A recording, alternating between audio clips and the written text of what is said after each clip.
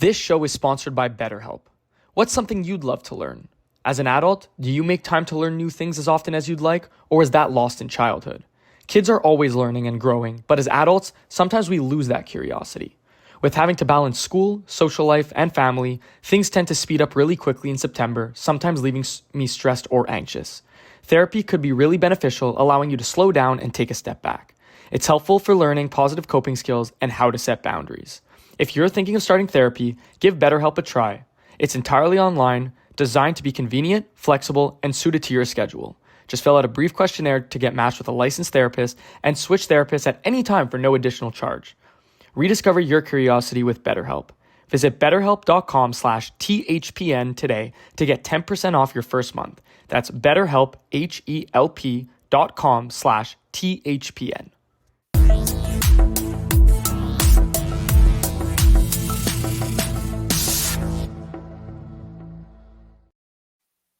Episode 90 of the Habs Culture podcast. My name is Justin Schwartz alongside Liam Baum. This last week in Montreal Canadiens land has been something else. Something that I don't think Liam and I were anticipating nor expecting.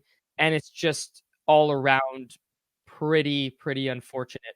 To start things off, Patrik Laine injured in the preseason game against the Toronto Maple Leafs last week, gets injured against the Leafs, and so does David Reinbacher. A couple days later, or yesterday, the news comes out, David Reinbacher out 5 to 6 months, so pretty much putting a whole year of hockey, or throwing a whole year of hockey out the window. And then I guess the worst case is Patrik Laine out 2 to 3 months. So making him eligible to come back in either December or January, which isn't all that bad considering the play against the Leafs in that preseason game. So, just aside, it's unfortunate altogether. I mean, you don't want to see guys out for months at a time, but considering how bad the injury actually looked, it actually wasn't that horrible to see a 2 to 3 month timeline. In other news, the Habs played against the Ottawa Senators last night in a preseason game. Tim Stützle, Brady Tkachuk, Thomas Chabot all leave the game. Like, this is a preseason game we're talking about. Ridley Gregg throws a hit up high on Kirby Dach, followed by a, I would say, pretty dirty hit from Arbor Jacki on Ridley Gregg to, get back at him. It's just all around kind of gross. Not something you want to see in a preseason game. Obviously, it brings about this rivalry that it comes between the Habs and the Sens, as well as the Habs and the Leafs. But Liam, it's been an interesting week in the land of hockey, and we haven't even got to game 1 of the regular season, which is actually a week today. Give me your thoughts and possibly your concerns about the last week of hockey. Yeah, I mean, it's nice to be watching the Canadiens again, but the injuries are just like, it's so unfortunate. It happens every season, and I saw like a list of, I guess, the Canadiens' injury opposite of luck in the past few years, and it was like it started with Shea Weber, Carey Price, and Paul Byron not coming back, and then it was the Caulfield Slavkovsky year, and then it was the Kirby Dach last year, and now this year already starting off with Laine and Reinbacher. So I think this hurts Reinbacher a lot more than it's going to hurt Patrik Laine, because Patrik Laine has already shown that he's developed in this league. He's a proven goal scorer, and he's going to come back strong, and he's going to be able to do that again. But Reinbacher, this is a pivotal point in his development for his career, so it's pretty disappointing, and I think it's really going to hinder his peak, if you may say. So it definitely sucks for the Canadiens picking him 5th overall, and we're not even going to be able to get any visual of him this year, hopefully next year. But again, it doesn't look too good for him making the Canadiens roster. And another thing I'm just going to add on, like, it's crazy how many injuries there's been in total in the preseason. Again, I saw a Twitter post from somebody, and it was like Chabot, Stützle, Tkachuk, Doughty, Panarin last night as well didn't look good. And then Laine, Reinbacher, and even Dach left for a second. It was kind of scary. So preseason, I think the question is, like, how many games does a team need to play in the preseason before the regular season starts? Because I feel like it's getting really excessive at this point. It is. And I mean, I think the same could be said for many sports where in the NFL, for example, they brought the preseason games from 4 to 3, right? Because they saw the amount of injuries and they saw the effect that it was having on the quality of the regular season. In this case, it looks like the amount of preseason games that are being played in the NHL on a year-to-year basis are actually starting to catch up to teams. Yeah. And not only is it catching up to teams, but when teams are also deciding to play their main core guys in these games, it's you're bound to have a bit of about a bit of misfortune. So look, I'm very disappointed because, like you mentioned, Kirby Doc last year, Laine now, same thing with Reinbacher. Reinbacher played, I think, 11 games in the AHL last year, posted 6 points. I think it was safe to say that for an AHL season this year for Reinbacher, we could have seen, half a point per game from him at least in the AHL. And I think that would have been a very, very, a great step in the right direction for his progression. From Laine's perspective, MSL said it best. He was excited to come back to the rink. And I think a happy and healthy Laine is a productive Laine. And again, that's total speculation, but we've seen how good Laine has been in the past. We talked about that when he was acquired. And I think the same could be said at this point in time where it, according to Martin St. Louis and the Habs brass and the Habs team, it was pointing in the direction that Laine was happy to be with this team and that he was happy to show up to the rink. And I think that was, like Martin St. Louis said, very, very important. But that's the game of hockey. That's sports in general. And I guess as fans, we'll deal with the consequences because there's still some optimism in terms of the fact that he could be back before January, which is, and I guess that will obviously be contingent on how the rehab goes, but it's a knee sprain for Laine. And it's just crazy to me looking back at that video or that picture, screenshot of his knee caving in, right? And it's like, backwards. in what world is there no damage on the actual, bone or whatever? Or the ligament, like right. how are they not snapped in half? It makes no insane. sense. It's insane. But again, happy to hear about it. We're definitely, and it's an optimism thing. And I mean, look, like hopefully when he comes back, things will be clicking between the guys who are already playing on the ice. And maybe he'll just be that additional piece that everyone thought he was going to be to start this season. So we'll keep that optimism because there's no point in being pessimistic about the injury because the news that we received was actually better than was first anticipated. Yeah. And if we're gonna look at, a positive in this terrible situation, it opens the door for a couple other guys to crack this roster who we thought couldn't make it because there was such a big logjam in that top six. So in the preseason, I know we haven't talked about it, but some guys have been standing out a lot. And whether that's Oliver Kapanen, whether that's Emil Heineman, I feel like those are two guys who can seriously push for a roster spot now and maybe even play on a line with Kirby Doc or Alex Newhook because Laine's out. No doubt about that. I think, and I'll throw it up on the screen for us here for us to see the projected lines that Daily Faceoff has. So to your point, to see, I mean, what they have for us. And as you could see, Cole Caulfield, Nick Suzuki, Juraj Slafkovsky stays intact. The big question mark is on that second line right wing. And I'm going to scroll down a bit just so we could see the final names on the fourth line to give us a full picture here. But we have Alex Newhook, Kirby Doc, Yoel Armia, Joshua, Christian Dvorak, Josh Anderson, followed by Brendan Gallagher, Jake Evans, Emil Heineman.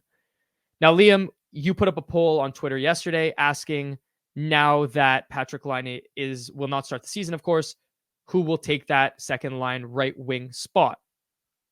I think you put the two names that you put were Joshua and Josh Anderson, and obviously you put an other category if there was anyone else that could potentially take that spot. In your opinion, who is the guy that should and will be filling this spot to start the 2024-25 season? Honestly, before seeing some of the comments, I was really set on having Joshua there. But now after seeing a couple games of Emil Heineman and some of the feedback that the fans have seen and some of the feedback the staff for the Montreal Canadiens have put out, I would love to see Heineman in that spot. I feel like he just shoots the puck, and that's exactly what we need and exactly what Laine does. He's a pure shooter. Obviously, you can't replicate the full package of Laine and how he plays as a player and the whole play style, but Emil Heineman, this can be a huge opportunity for him. And not to mention, he had a pretty good AHL season as a rookie, I believe, last year. So I would love to see him there. I really like Oliver Kapanen as well, but I think he's better as a center, so it wouldn't be ideal for him. So yeah, give me Heineman there. Yeah, I'm in full agreement. I said it yesterday, and I will continue to toot that horn. I think because I watched the preseason game yesterday, and you're right. I'm gonna go as far as calling him like a Patrik Laine light. I always liked comparing him to Max Pacioretty in the sense that big choppy stride, not the fastest guy, but an efficient stride, great shot. Could be very very what's the word that I'm looking for? Just valuable on a power play unit. And I think that as much as we're going to, even though we've never seen Patrik Laine play a game with the Montreal Canadiens, I do think that we will feel the wrath of him not being in that spot because it could be some sort of carousel that doesn't, bode well for chemistry with this top six or that second line more specifically. But I really do think that as much as it sucks to see Laine go, you're giving the opportunity to guys like you mentioned, Kapanen and Heineman, to actually take that step, right? They let go of Massar. They let go of Sean Farrell. They let go of I almost said Alex Tuck, Luke Tuck, who they called back up yesterday for yesterday's game, but they sent him back down pretty quickly. So to me, it's pretty evident that right now they're very, very set in keeping Heineman up with the Canadiens, keeping Oliver Kapanen up with the Canadiens. And I think it's just a matter of time before they realize that Heineman could be that middle six, or even in this case, that second line winger who could actually bring some value playing alongside Kirby Dach and either Alex Newhook or Josh Rudd, depending on what the opening night roster looks like. NFL Week 1 is here, and a new season means new ways to get in on the action at DraftKings Sportsbook, an official sports betting partner of the NFL. Ready to place your first bet? Try betting on something simple like picking a player to score a touchdown. George Pickens, Justin Jefferson, Amon-Ra St. Brown, these are all players that you can bet on at DraftKings Sportsbook. Ready to do a touchdown dance on your own? Score big with DraftKings Sportsbook, the best place to bet touchdowns. Download the DraftKings Sportsbook app and use code THPN. That's code THPN for new customers to get $250 in bonus bets when you bet just $5 and get 1 month of NFL Plus Premium on us. Only on DraftKings. The crown is yours. Gambling problem? Call 1-800-GAMBLER. In New York, call 877-8-HOPE-NY or text HOPE-NY 467-369. In Connecticut, help is available for problem gambling. Call 888-789-7777 or visit ccpg.org. Please play responsibly. On behalf of Boot Hill Casino and Resort in Kansas, 21 and over, age and eligibility varies by jurisdiction. Void in New Hampshire, Oregon, and Ontario. Bonus bets expire 168 hours after issuance. For additional terms and responsible gaming resources, see dkng.co/ftball. NFL Plus Premium offer available only to new and former NFL Plus subscribers. Additional NFL Plus Premium terms at nfl.com/terms. Yeah, and I think another guy that hasn't been mentioned enough and honestly has had a really good preseason so far. I didn't see a single comment about him, but Alex Barré-Boulet, like honestly, having a great preseason, was an over 110-point player in the queue, was very, very good in the AHL. Just, he's at that level where you're too good for the AHL but not good enough for an NHL top six. And again, he's like one of those players who's not good in the bottom six. So maybe he gets a crack here. Who knows? He's a Quebecer, so there's going to be some favor towards that. But I liked his game so far, and I think it was him, like Kapanen, and I think it was Heineman as well on a line at one point, and they had a really good game. So I honestly wouldn't be too disappointed if Barré-Boulet gets a shot. Yeah, me neither. I actually kind of forgot to mention him considering that he's not even on this in this top 12, which is surprising to me. Mm-hmm. But I do think he makes the team, and I do think he provides some depth. Now, do I think that here's the only pushback on that, which I think you probably agree with, is that Heineman's ceiling is a lot greater than Barré-Boulet's ceiling. And I think Heineman's skill set is a lot more unique than what Barré-Boulet brings to the table. If you're looking for more consistency and more of a structured game, I would say Barré-Boulet. But if you're looking for a more skilled game that might be a little bit more, that bodes a little bit better in a top six role than it does in a bottom six role, then I would favor Heineman. I don't know how, like you said, Kapanen, I'm not sure if he's more of a center or a wing. I don't know I know in Liga in Finland, he was a center playing center, but I think maybe at the NHL level, he's better suited as a winger. But I think it would be too quick to jump the gun and put him in a top six role, especially since his stint with the Canadiens has been so short. Whereas Heineman, I think, has, been to a few training camps now and kind of has got a feel for some of these guys, playing with some of these guys. So Yeah. look, Yeah, I don't know. It will be interesting. Again, like looking at this lineup, it just sucks because seeing Laine in that right wing spot just makes everything better, right? Like that means in this case, you bump Armia down, but then you can't forget the fact that Kapanen and Barry Boulet are not on this roster right now. So that's 3 guys that you add into the bottom 6 if Laine is there. And I'm including Armia in this case. So it just goes to show that the Habs depth is actually really not bad, but it also goes to show, and I think that we've talked about this at length, and I want to hear what you have to say, is that the difference between the Habs being like the Habs are not a good team right now on paper or statistically, but the biggest difference between the Habs taking that next step is their ability to replace the injuries or the spots or the holes that they have in their lineup when guys are not there.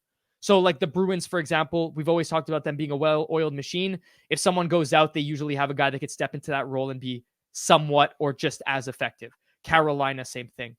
Tampa, same thing. I think the Habs are really going to feel the wrath of not having a guy like Laine in their top 6. Yeah, and I think that's been the case for the last 3 years now when you got, Michael Pezzetta playing on the second line at some point, and I don't like even Christian Dvorak, like Even he's Evans, not a right? Like, yeah, like I like their game. I like Jake Evans. He's been good, but your bottom 6 guys, like again, it was like the same thing with Mike Hoffman. Like you were trying to put him in a place where he didn't belong and it never worked out. So, yeah, I agree, but it seems like in this system right now there are a bunch of guys not fully developed yet, not ready to take on, a great responsibility, but I feel like they have the pieces that are going to be able to, it's like the plug and play. That's what I like to call it. If a guy's not in that lineup for a day or 2, you can plug that player in. He'll get a shot and he's going to be able to, still continue to bring success to the team. yeah. And I think, yeah, I was also just kind of brainstorming and seeing, what would happen if we bump up Joshua, put Alex Newhook on the other side, and then all of a sudden, I don't know though. I don't know I if I could get honestly, behind that. like, obviously we're paying Josh Anderson $5.5 million, so I feel like he's going to get a shot, but I have a after, question about that if you don't mind. I'm just yeah, gonna no, butt go in ahead. quickly. My question about that is, I think on the topic of Josh Anderson, I think last season was historically and statistically for Josh Anderson one of the worst of his career by far. Yeah. By far. I think a lot of that could be attributed to the fact that in part he was a bit unlucky because he was beating guys with speed. He did have a ton of breakaways. He did have a ton of scoring chances, just couldn't put the puck in the net. And it was to the point that at one point it was like sad. Like fans felt bad for him. Yeah. Do you think there's a possibility that you put him on that second line and he could get back to a place where he scores 20 goals? I wouldn't say it's not realistic. It's just like what I feel like I've seen.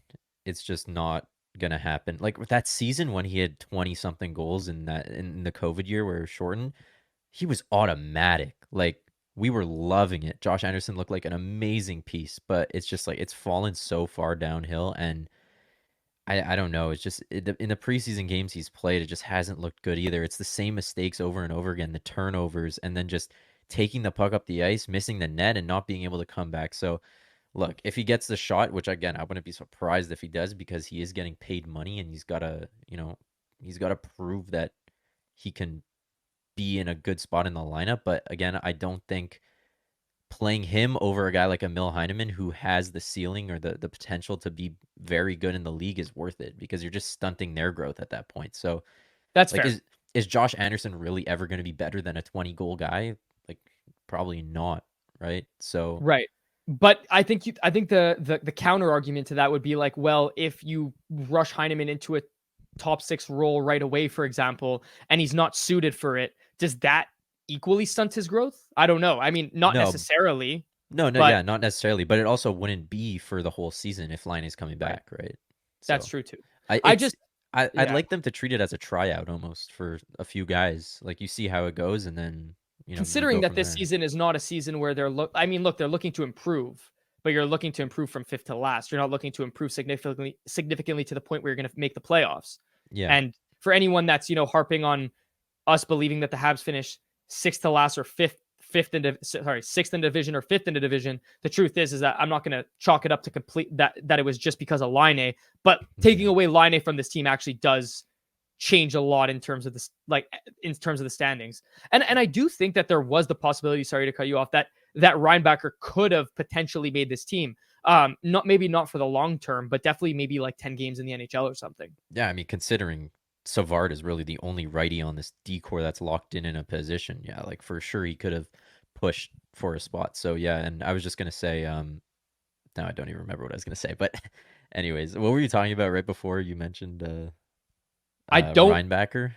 I think we were just talking about like stunting the growth of Heineman and like use it as a tryout. But sorry, the division standings. Oh yeah. I was gonna mention like yeah, obviously like losing Laine is a big loss in terms of goal scoring, but also it's like a blow for the Canadiens players. It's like, oh, we have to go through this again. Like that definitely puts the team down just chemistry wise, and it just you lose a top guy. It's like, damn, like are we really gonna have to go through this again and just struggle throughout the year? So it's more than just a blow in terms of losing the player. It's the whole team that suffers from you're the right. loss. You're right. It's a morale thing. Yeah. I was going to bring this up too, just quickly, because we were talking about defensemen. Obviously, this doesn't pertain particularly to Reinbacher, but it does pertain to what this decor is going to look like. Question to you: did Arbor Jackeye, after the last couple games, lose his spot on in this opening night roster? To keep it short, no, but I think there will be consequences for what he's done. Look, he's sticking up for his teammates, but at the same time, you got to find a balance. And look, the hit last night against Stützle, if you look at it really closely, he actually didn't even touch his head. It was Stützle's stick that went right into his face. But again, it's like it's a late hit. It's kind of unnecessary. I understand you're answering the call because Ridley Greg hit Kirby Dack. So look, again, that's Jackeye's game. He's going to get in your face. He's going to do the dirty work. He's going to stick up for his teammates. But at the same time, you got to find that balance. And I think he's gone a little bit overboard. So you think there's the potential that instead of Jackeye in that third lefty spot, it could be Jaden Struble to start the season? Yeah, and I think Struble had a really good game yesterday. So, I thought Jackeye could have maybe solidified his spot a little bit more if all this shenanigans didn't go down. Look, I'm still happy he stood up for Laine, but at the same time, again, you got to find that balance, and I think he's kind of battling again for that third pairing spot with Struble now. Yeah, there's no doubt about that. I think it's going to be interesting. We're officially a week out from the start to the Montreal Canadiens season against the Leafs. So is this going to be, if Jackeye's in the lineup, I wonder if there's some sort of Ryan Reeves because he did jump Paré, which I forgot to mention at the top. So yeah. I don't know. I'm excited. A week out. Obviously, the injuries suck, but it doesn't change the fact that Montreal Canadiens hockey is back. So look, we're going to leave it at that for this episode, and we will be coming out with a Montreal Canadiens plus NHL hot takes for the season. So make sure to stay tuned for that episode, and make sure to follow us on all social media platforms for the season because we are quite active throughout. So YouTube, if you're watching this on YouTube, thank you so much. But YouTube, TikTok, Twitter, Instagram, the socials are down below. So thank you guys so much for listening to episode 90, and we'll catch you in the next episode.